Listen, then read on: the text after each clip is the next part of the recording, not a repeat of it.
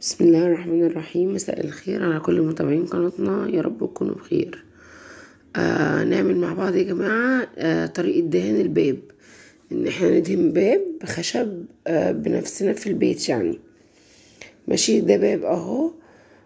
طبعا بهدل بياض واسمنت وحاجات كتير. باب اهو مش متبيض قبل كده خالص، ودي صنفرة اهي. دي من اول حاجة، اول خطوة الصنفرة دي من عند الموان. بتقولوا عايزين صنفرة للخشب، يعني باب خشب، عشان في صنفرة خشب للخشب للحيط، الحيطان وكده. مش كل صنفرة زي بعضها. فبنبدأ بقى أول حاجة كده نمسك الباب. بصوا كله أسمنت وبياض وحاجات بقى بروز كتير ملهاش أي لازمة. الصنفرة بقى اللي بتعمل كل ده، هي اللي بتشيل كل ده، بتخلي الباب ناعم جدا. كل ما بتخلي الباب ناعم وما فيهوش أي حاجات بارزة، كل ما هيديكي نتيجة أفضل في الدهان. عشان في الدهان كل البروز دي بتبقى باينة طبعا. لكن كده بصوا اهو الصنفرة، بصوا الفرق ما بين لما بص الحتة دي من دي. بس دي صنفرة ناعمة جدا. بص اللي جنبها كلها اسمنت، حتت اسمنت ازاي. دي سكاكين من عند الموان برضو، اللي هي بتاعت المعجون. دي 4 سكاكين كده مقاسات، صغير وكبير. دول تقريبا ب15 جنيه من عند اي موان، سكاكين المعجون. طبعا هنا استخدمناها واحنا بنشيل بيها الحاجات بقى، البياض اللي بيبقى في الجنب على الخشب ده. دي بتبقى مثلا حاجة تقيلة على الصنفرة.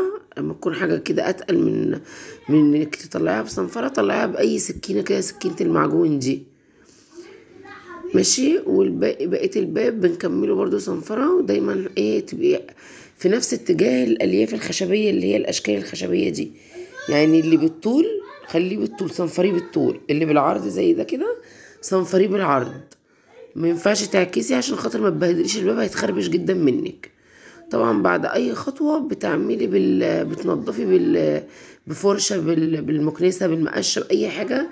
بتنضفي التراب اللي طلع من الصنفرة. بصوا قد ايه تحت تحت على السيراميك، البارود اللي هو الحاجات اللي طلعت من الباب، الاسمنت والحاجات دي. بص كتير جدا على السيراميك تحت الباب. لازم تنضفي بعد كل خطوة عشان التراب ده يتشال خالص. مينفعش تيجي جنب الدهانات الا لما تنضفي الباب. اهي بصوا برضو دي الحاجات اللي بقولكوا عليها، بنشيلها بسكينة المعجون اهي. بأي سكينة معجون بقى، بحاجة حادة يعني. بتتشال كل الحاجات اللي هي الكتير بقى، اللي بتبقى تخينة على انك تطلعيها بالصنفرة. وبرضو تنضفي الباب. كل ما تعملي حاجة تنضفي وتشيلي التراب اللي على الباب خالص. تمام. ده كده من قدام اهو الباب، وعملنا من ورا. دي معايا سفنجة مبلولة. طبعا التراب كتير جدا على الباب، فانا عشان خاطر برضو اتأكد والباب يبقى نضيف، ولما اجي ادهن الدنيا ما تبصش معايا، سفنجة كده مبلولة، حاجة بسيطة قوي، مرطبة مية بس. تشيلي بيها التراب كده بالراحة كلها اللي على الباب. تشيلي كل اللي على الباب. تمام. وهنا معايا بقى دي اول حاجة المعجون. ده في حالة لو الباب عندك في حتت عايز يتحط لها معجون، حتت غويطة، حتت مخرومة، حتت مضروبة كده، مفحوطة لجوه. تفليق الخشب نفسه، الحاجات دي معجون تحط لها معجون.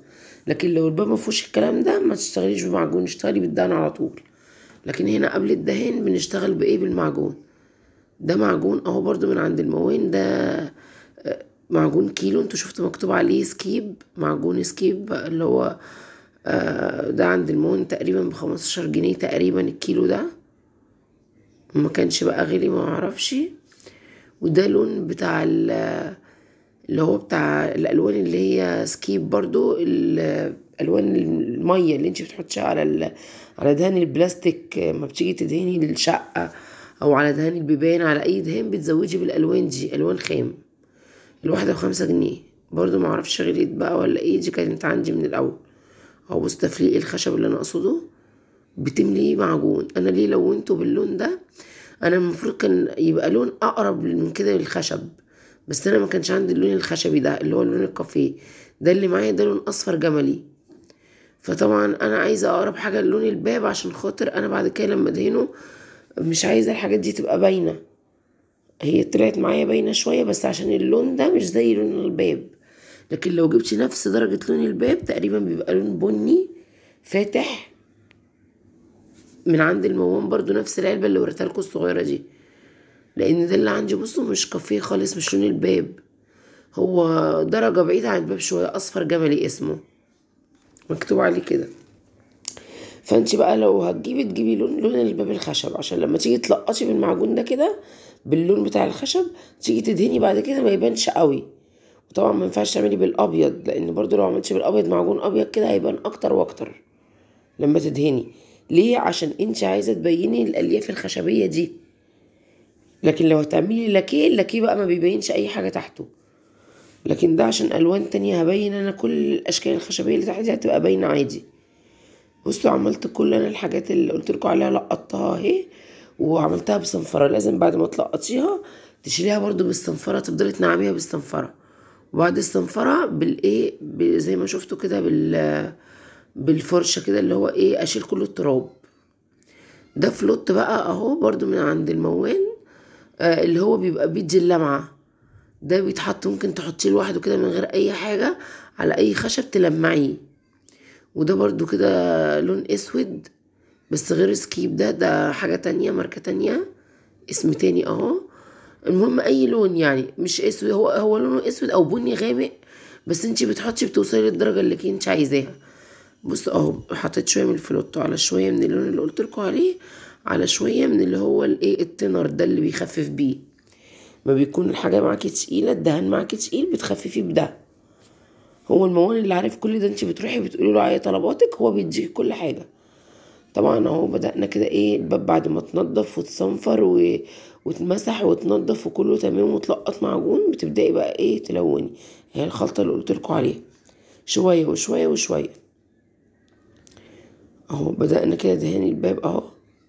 بصوا كل حاجة في الخشب باينة زي ما هي، الاشكال الخشبية الالياف اللي تحت دي بص المضلعة دي باينة زي ما هي، عشان ده دهان بيبان عادي احنا عايزينه كده. غير اللاكيه ده حاجة تانية خالص، بيقفلك كل المسام دي كأنك بتبيضي حيطة ما فيهاش اي مسام من تحت ولا فيها اي اشكال. لكن ده بصوا كل الشكل الخشبي اللي تحت اللي هو شكل الشجر ده زي ما هو، الدهان بيتحط وهو برضو نفس التضليعة دي موجودة زي ما هي. ده انت بتقولي كله للموان وهو بيديكي كل اللي انت عايزاه. بص ده كده ظهر الباب اهو، خلصت كده انا ظهر الباب. طبعا بحاول اخلص الفيديو ما مش هطول عليكم كل ده، فانا بوريكم بس بعمل ازاي. وانا كده خلصت الظهر اهو. جيت بقى لوش الباب، كنا عاملين بس الحروف بتاعت وش الباب وسيبنا اللي في الوسط دي عشان احنا مش عايزين نلون لون اسود. بصوا حطيت ايه، حطيت شويه من الفلوت اللي هو اللامع، الفلوت اللي هو بيلمع ده اللميع، وشويه من التنر ده عشان ايه اخففه بس سنه. مرضتش احط الاسود اللي هو اللون التاني البني الغامق ده، اكتفيت لان انا عايزه اعمل وش الباب وعايزه وش الباب يبقى على لونه كده، عايزاها مجرد لمعه بسيطه بس زي ما انتم شايفين. واكتفيت بالفرشه، هي اصلا مكانها اسود والجرد اللي انا عامله فيه ده مكانه اسود برضو، فاكتفيت باللي موجود فيه. هو ما كانش فيه حاجه بس اللي هو الحاجات البسيطه اللي في الفرشه انا اكتفيت بيها. حطيت معاها الفلوتو والتنر بس خففته سنه بيه عشان انا عايزاه يبقى فاتح. بقى هنا وش الباب بصوا فاتح ازاي، عملنا الجناب عادي غامقه شويه، بس جينا بقى على وش الباب عشان عايزاها تفضل على لونها كده، كلمه الله وكل ده يفضل على اللون كده. بصوا بقى لما انا لونت الحته اللي كنت عاملاها بالمعجون اهي، شفتوه فاتحه شويه ازاي، فاتحه شويه عشان خاطر اللون الاصفر الجملي مش نفس لون درجه الباب. بس دي عادي ليها علاج، بنجيب بعد كده اللون اللي احنا عايزينه بتاع لون درجه الباب وبحاجه صغيره قطن او سفنجه صغيره وتمشي على كل الدرجه اللي هي الفاتحه دي، تمشي بالراحه كده توصليها لدرجه اللون اللي انت عاملاه بالظبط، يعني سهله. وهنا عملت من بره كده زي ما انتوا شايفين من تحت برضو فرق شاسع طبعا ما بين الاول وما بين بعد الدهان، قبل وبعد. بصوا شكله كده عامل ازاي اهو. بصوا الحته اللي انا سايبها على جنب دي لسه ما اتدهنتش، بصوا شكلها الفرق ما بينها وما بين باقي الباب لما اتدهن اهو. بصوا دي لسه ما اتدهنتش، بصوا اللي على الجنب الصغننه تحت دي وبقيت الباب مدهون. بصوا شكلها عامل ازاي. طبعا انا خلص معايا دهان الباب كده خلاص، لسه البراويز بقى لما تركب اركب البراويز الخشب دي ان شاء الله، واما اجي الونها هوريكم برضو ازاي بنعملها. طبعا شكله اتغير جدا، فسهل جدا تقدري تعمليه بنفسك في البيت. يعني تجيبي بس كل حاجة من المون وتعمليها. يا رب الفيديو يكون عجبكم، ولو عجبكم اضغطوا لايك واشتركوا في القناة، واستنونا في فيديو جديد ان شاء الله.